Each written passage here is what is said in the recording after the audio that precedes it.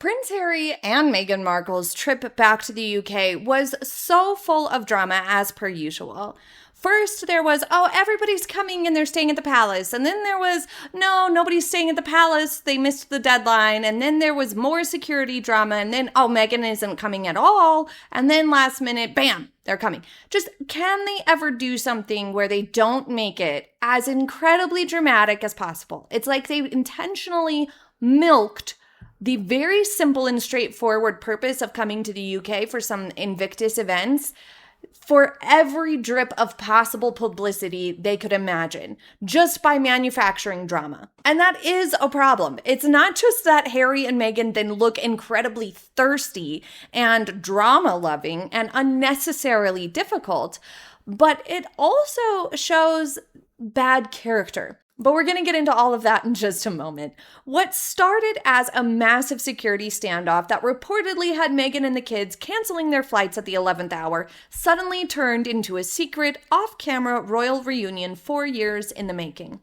Today we are breaking down the chaotic timeline from courtroom defeats and no vacancy signs at Buckingham Palace to the private meeting at Highgrove House that nobody saw coming.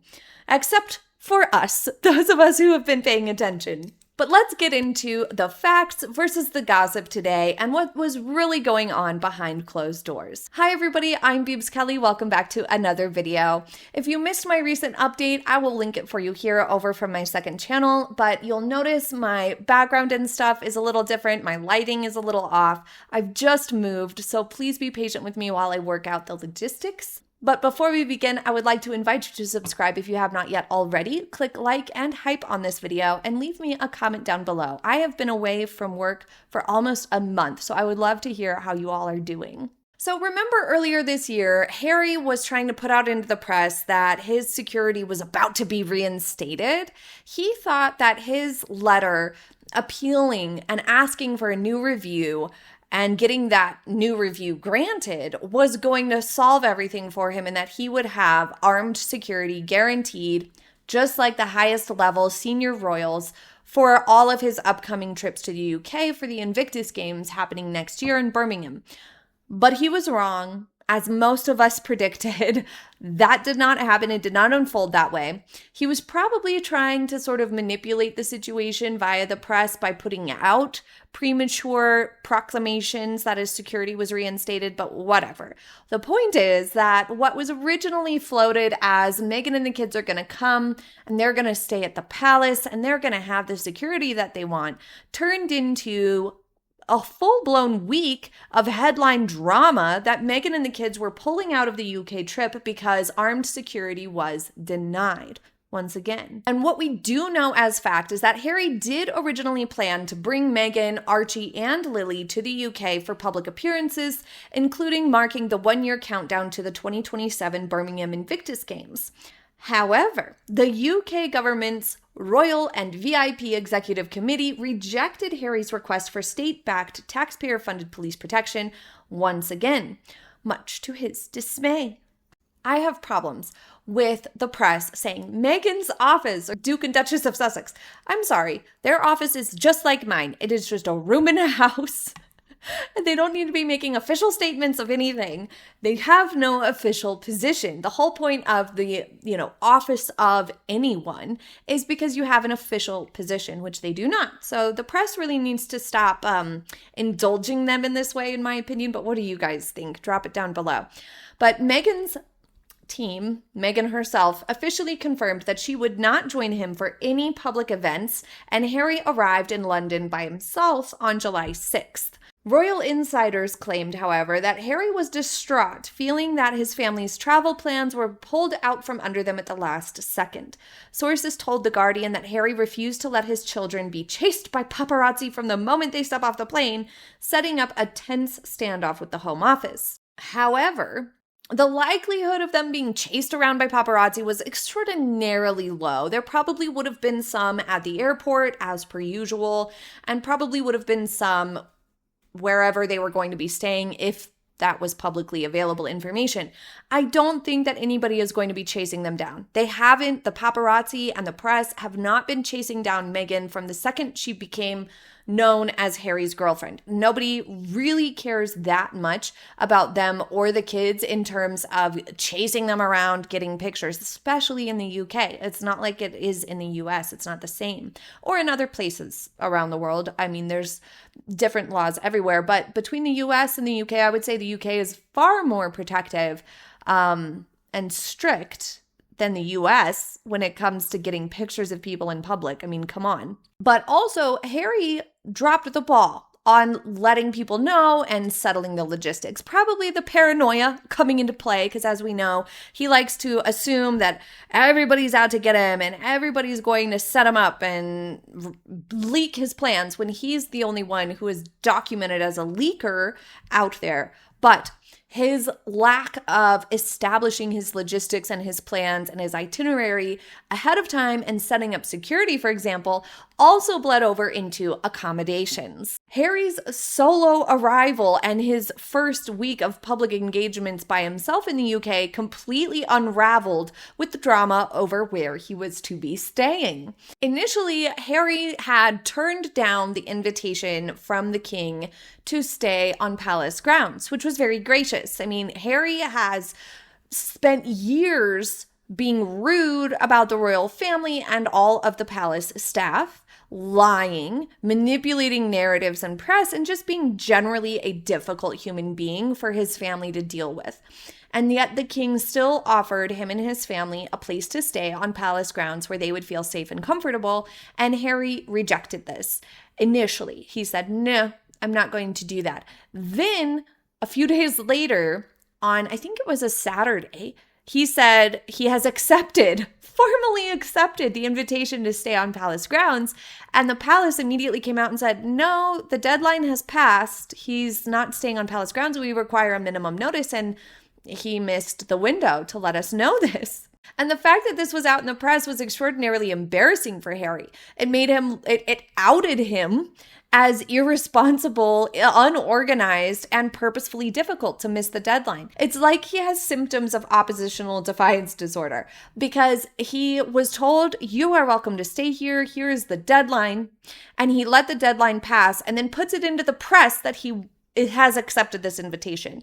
Like he's purposefully defying the rules and trying to see what he can get away with just for a power trip. Just for being difficult? I don't understand how a grown man in his 40s can't figure this out. It's insane. But immediately following that embarrassing drama, on Tuesday of his trip in the UK, Harry suffered a significant legal blow when the UK High Court dismissed his long-running unlawful information gathering lawsuit against the Associated Newspapers, publisher of the Daily Mail. Now, most people who had followed this case didn't think Harry would actually win, I myself included. The A&L lawsuit had so many problems, including most probably infamous or notoriously, one of Harry's main sort of witnesses and pieces of evidence was found to be fraudulent. The guy was like, I never wrote this statement. This was not me. I did not say these things. And it seemed like almost all of Harry's case really was relying on that to kind of pull through and make it happen. So I'm not sure exactly what happened behind the scenes, but I will do a deep dive on it if you guys want. You can leave it in the comments and I will do a full story on this tomfoolery that happened, trying to pull a fast one on the courts. Really, really wild. But most people didn't think he would win. Harry certainly did. He timed his trip and filled his calendar on purpose to be in the UK on Tuesday, the day that the ruling was going to be delivered, so that he could be there in person for the ruling, because he thought he was going to win and come out victorious. And so I imagine he probably had a Meghan drafted speech at the ready to wag his finger at A&L and the Daily Mail, and all of that fell through. So his trip was off to an incredibly embarrassing start. The Telegraph described Harry's solo days in London as a Benny Hill caper and a comedy of errors, with frayed tempers on both sides. Rumors swirled that Harry requested to stay at Buckingham Palace during his London stopover, only to be told by royal staff that he had left it too late to secure a room, forcing him to make alternative lodging arrangements. One of the main problems with the way Harry set up his trip was that everything overshadowed the 1 year to Invictus events. Almost all the press was centered on the drama over whether or not Meghan and Harry were bringing the kids, whether Meghan was coming at all, the security being denied, the accommodation dispute, and the A&L lawsuit defeat for Harry. Almost all the press focused on those things, leaving Invictus completely overshadowed, which is the exact problem I've been talking about. I had a video out a few weeks ago that covered this exact story, this problem of Meghan and Harry overshadowing everything they're trying to do. Even if it's something good or something normal, something for charity, something just, completely standard, like an Invictus event that should have been what the headlines were all about. Instead, it becomes about all of Harry and Meghan's personal dramas, and all of them somehow find their way into the news. Harry and Meghan are undermining their efforts to build themselves a reputation as valuable assets to things like Invictus or organizations or charities, because they cannot help themselves but make it about themselves in the press and fill everything up with lots and lots of drama. It ruins their efforts. It makes it like, okay, then all of the press was just about that. Nobody even really cared about the Invictus Games at that point and those events, which is sad for those organizations and defeats the entire purpose and expense of dragging Harry over there to participate in the events. And the main event of the trip ended up being this secret reunion at Highgrove between King Charles and Harry's family, and that further overshadowed all of the Invictus events and press.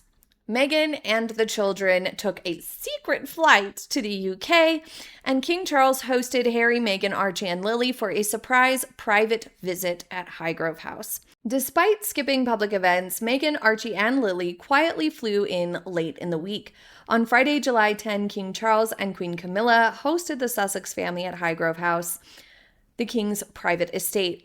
Buckingham Palace confirmed the visit occurred, but stated it was strictly private, meaning 0 photos or details would be released.